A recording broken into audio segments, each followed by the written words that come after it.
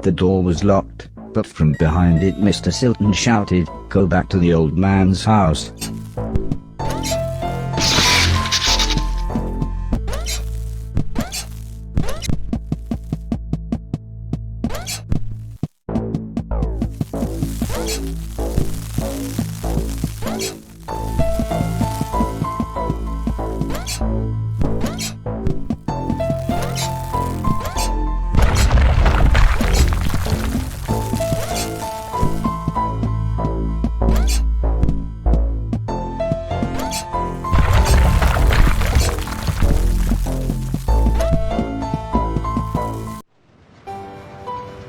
I took the fisherman's boat to the old man's estate.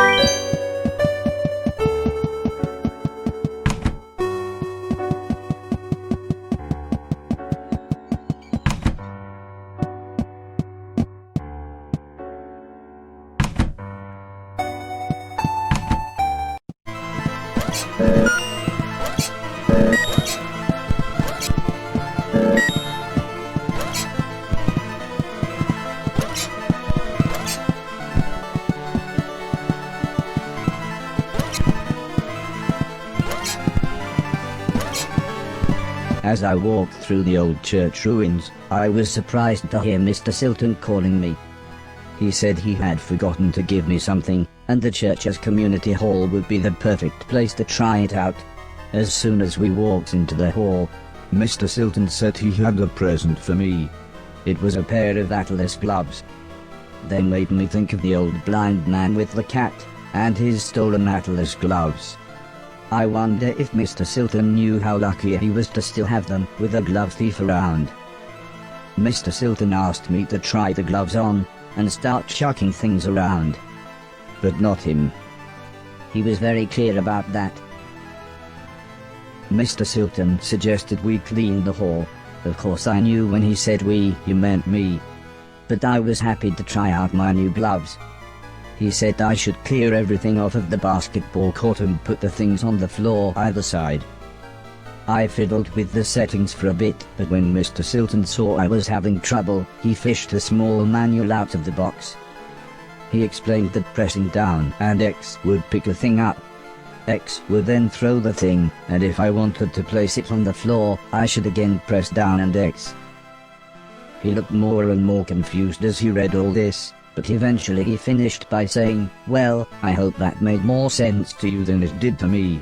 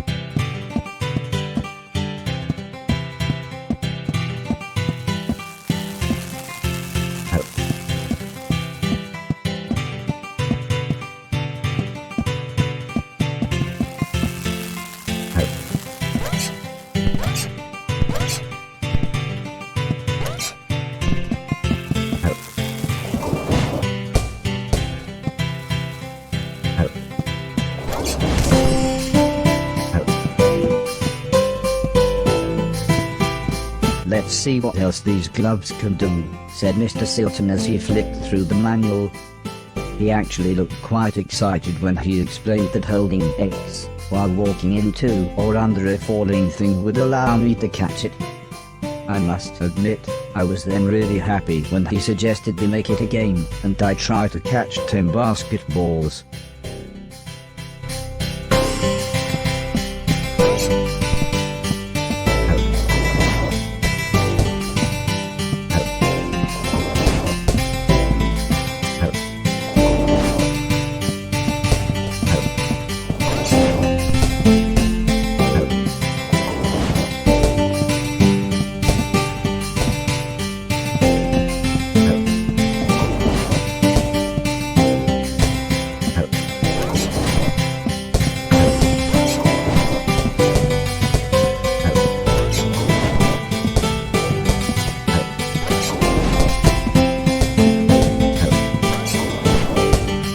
Mr. Silton suggested we make it a real game and see how quickly I could score 10 baskets. I enjoyed this so much. It felt just like the good old days. Except Mr. Silton wasn't as forgiving as the old man.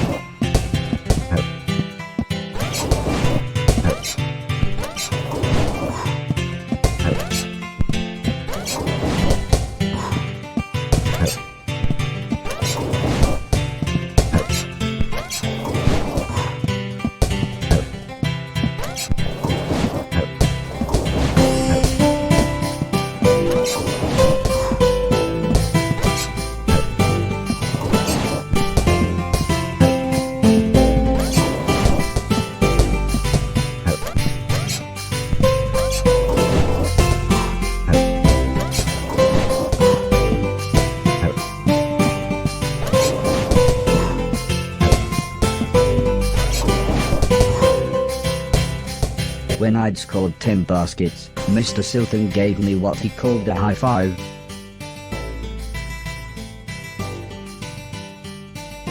He said I now knew everything about the gloves and I should be able to continue through the basement of the church into the house.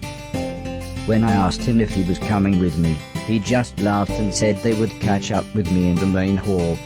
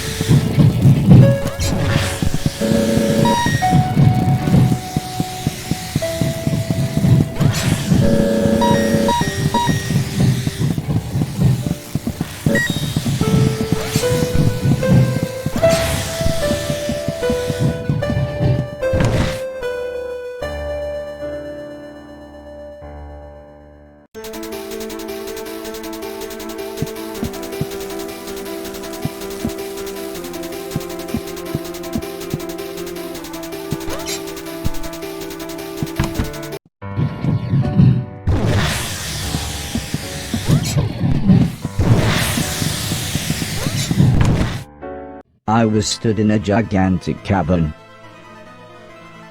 When I looked down, I was horrified to see hundreds of corpses of those things. As horrible as it sounds, my stepdad Chip said there were things to clean.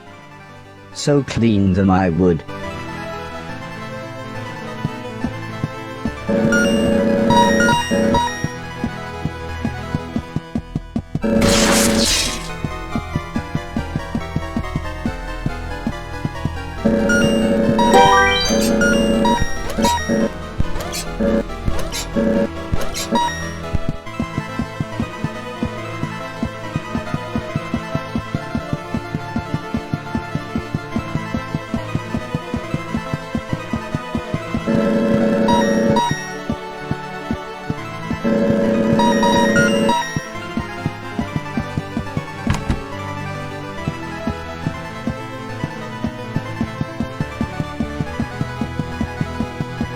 That must be the door Mr. Silton talked about.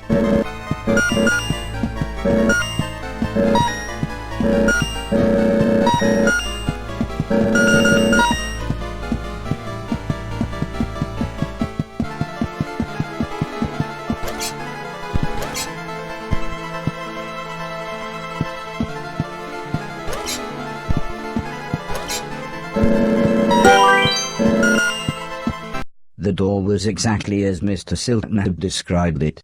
I just hoped that the card he had given me was the security key and not just some backstage pass. Well, it opened the door, but soon an alarm went off.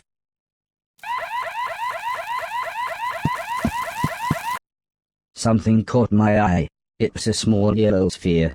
The book next to it explained that it was a shield that would automatically take a hit for me when activated. The Y button took the shield in and out of storage, meaning I could save it for when the going got tough. It seemed that I started with 2 slots to carry shields, but I could upgrade to be able to carry more. If both I and the shield died in the same room, the Lazarus chip would bring us both back.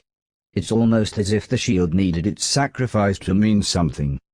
It felt like a true friend, proving that even the simplest of faces can bring out an emotional reaction.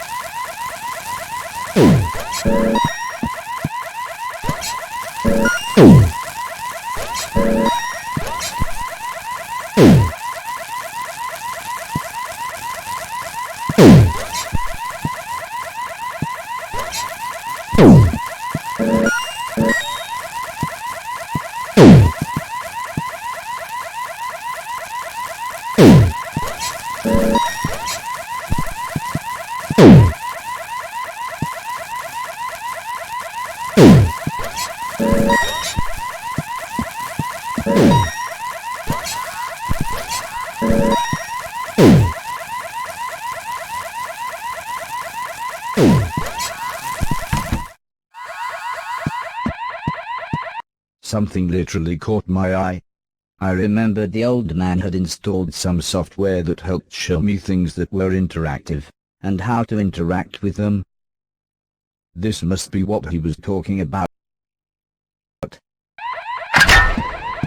The electron gun blew the power. I needed to turn it back on before I could fire again.